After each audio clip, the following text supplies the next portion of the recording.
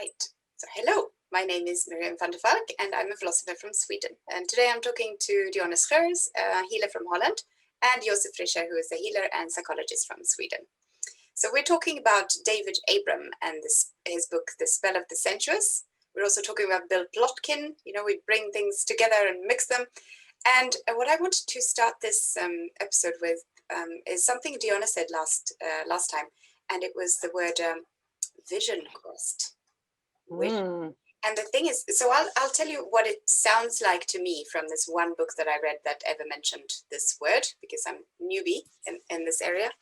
So vision quest meant in that book that you will do like an imagination, active imagination in your mind, where you are going, like perhaps following instructions, someone else's instructions, and you're following like a river or something, and then you meet some person who gives you something. It's that kind of thing. Yeah, that's different than mine. Okay, so tell me what you meant. Yes. Yeah. What I meant, there are certain spiritual teachers that how do you say, they organize retreats, or they organize little travels or journeys to, well, imagine a beautiful ancient island in Greece. And you go there for a couple of days, or somewhere deep in nature. We have a bit in the Netherlands and more in Sweden, obviously, and even more in Norway. But you go to a very desolate place with lots of nature and or lots of history, and they leave you in the woods. Like they leave you there, like you really have to go back to nature without any supplies, like, or only very little supplies. Like, okay, you take a sleeping bag and a tent, and maybe some conservatives for to tide you over. But the thing is that you actually go very bare naked in a way, and you reconnect with nature. And by doing so, you actually have to let go of so much ego. Well, I have to give a side note. It's a safe territory. So they always create a territory of 1 acre or something, or I don't know. Well, there's a tiny territory which is safe, and within that territory they hold the vision quest. So you will not be attacked by foreign things or people, but there will be, of course, there can be animals. And I mean, also safe from the very dangerous animals, but I mean, like insects, bugs, you know, they will be there. Obviously, they will be there. So yeah, you have to deal with yourself. You can have dark nights of the soul, and you can experience extreme peace, despair, panic. So again, this is also not for the lighthearted, but yeah, it's very intense. And when you're done, it usually gives you a lot of insights to the soul. So it's also like this time that you have with yourself, and if you go through with it, usually a lot of old stuff comes up, and you let go of a lot of old maybe also even findings and beliefs, but you come out better and more awake, hopefully for you. That's the intention of a vision quest. And what I meant, no, I did not do it myself. I did do something very extreme though, which was a Vipassana meditation of 10 days, which was very intense. And it's also a very radical, exorcism of the ego almost, because you're not in touch with anyone. You're not allowed to talk. You're not allowed to look at people. You go into total seclusion with yourself for 10 days. So it has the same look and feel to it, yes, but in a different package. I was also thinking that 2020 was a vision quest of sorts for like the entire world. That's funny. Yes. Well, actually, you could say so. Yeah. It is. Yes. Yeah, and then it's Sorry. Who do you want to be? That was the big question. Like, what can you do if you can't do the normal things that you do? Yes, and how will you deal with yourself and your shadow, and yes, what will show up for you, and how will you deal with it in order to personally evolve? There we go again. There is something that I'm kind of I'm still kind of stuck with David Abram. Yeah, we're not done with David. He's because he's also using the thing that maybe we are stuck, sometimes, but Yes. there is some also in the language, because the language is very important for me. It is, like I'm looking at Yes. for the language, saying that there is maybe some parts of the words that we have space for breathing, because it's all about breathing, and we can also find spaces for breathing even in our language. And he says, so that we can be stuck maybe for this year, in some seclusion, but there is also in the languages some space for breathing. And they use the word breathing, lots of it, because breathing is also about ande, I call that. Spirit. It's spirit. Mm. Spirit. Yes. In And breathing is psyche. consciousness. Yes. And psyche comes also from the word breath. Psyche, And spirit. psyche. Mm. So psyche and so it's all about the breath, that the that gives you the possibility not to be secluded also, but inside, even the words he's using the Hebrew alphabet, is Hebrew alphabet. He says, it has only consonants, and there is no kind of, so there are spaces between there, so you can breathe. Yes. So The vowels are breathing. yes, Vowels because are breathing. vowels are Our breathing. breath. Yeah. Yes. Yes. Yeah. So And then you're not totally secluded. yeah. So And it's interesting that you say that, because the vipassana that I did was 10 days of 10 hours per day, sitting on one cushion, like with your legs in the lotus position, just breathing. I had to focus daily 10 hours on my breath between Wow. the nostrils and this. And I did it. And I felt insanity, sanity, ecstasy. I felt everything.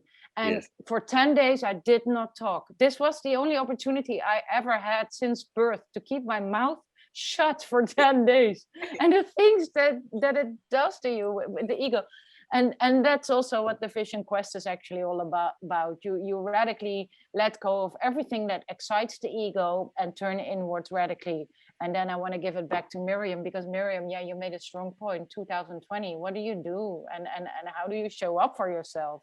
What does it teach you? Like, yeah, How do are you come out? taking the lesson also? Huh? Yeah, if after a year of sanity, insanity, all of those feelings that you get from that you describe in the Vipassana meditation, so how do you get out?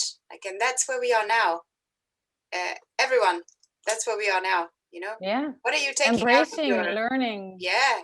I would say embrace, learn, listen. What Joseph says, it's in the breath.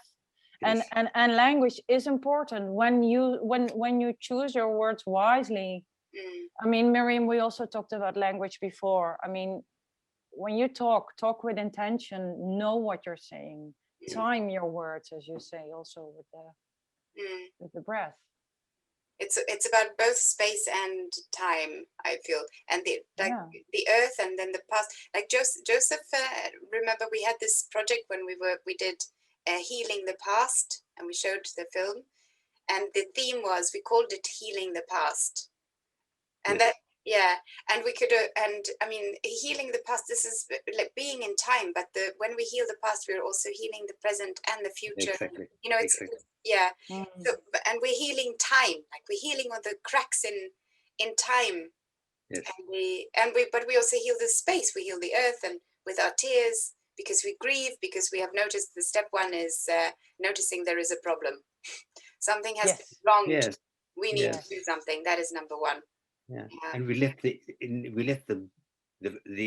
wind, the breath, go into that, because the wind that's something holy, in this thing, it's something that really goes up. you know, and we let that happen, and that's really ande, how you call that? It's kind of it's spirit. Spirit. Spirit. That's spiritual. It is. Yeah. Well. I'm so mind blown that I'm staying with it and feeling consciousness. Yeah. For me, yeah. The beauty of this, huh? And then back to those amazing men that pioneer making this work, and then we get to talk about it. It feels so blessed, and yeah, it is blessed, and I would also say, you know, I can also see how much work I have to still do, you know, in order to it's never ending. It's never ending. It's lots of things, and that's part of this personal development, you know. And but I'm glad I met you as part of this thing. It's not a coincidence, but that's also part of doing this kind of work of personal development in and, communion. Yes, it is. Yeah, this and letting also. Yes, and letting the wind go into this, you know, and help us. Yeah. Miriam, go ahead. Yeah, no, that's I mirror and second all of those things. I think this is what's happening. We're like showing how we are members of one another, and how the wind is like we're channels for the wind, but the wind also exists by itself. Yeah, and we allow. I have. Sorry. Yeah. No, I have to get back to the nagging feeling in my head why people would believe this would be debatable. And this is because that person that said, like, why are you not discussing this? Well, what can you discuss about natural laws? This is the front work where we're at, you know, for evolution, for the human spirit, for our human emergence. How can one debate this? I mean, not me. I cannot debate the two of you. I mean, and it has nothing to do with the two of you even. It has to do with I mean, for myself, speak for myself, I feel an urge, I've always had it to create awareness and to give to other people what I'm learning. I want to shed light on it. I want to spread the word. I mean, I'm so passionate about this, and I want other people to learn from it as well, and to also get ignited by it. And I am not wired to debate things, only if I feel that in essence they're not correct. But for me, this in essence is a truth. Is the essence. We want to take it and we want to elevate it. Like, yes, look at this, and then we go, see, can do everybody, you know? See the beauty, beauty. This is about us. Yeah. Us, yeah. Well, that's it's part of this kind of world is that we need to discuss and have different ideas and to elevate the differences between us. It's a kind of academic kind of thing. It's not what we are doing. The spirit doesn't need this. The spirit doesn't need discussion. The spirit just likes to hold space for different perspectives. Yes. Yeah. There is a time and a place, again, time and place for debates and for university seminars and for looking at what words mean and what somebody meant when they said something and comparing it to someone else. But it's not what we're doing right now. No, it's different context. Yes, we're trying something else now. We're trying, yes. That's how it is. Yeah. We are practicing our sensual development, sensuous development even. Yeah. Yeah.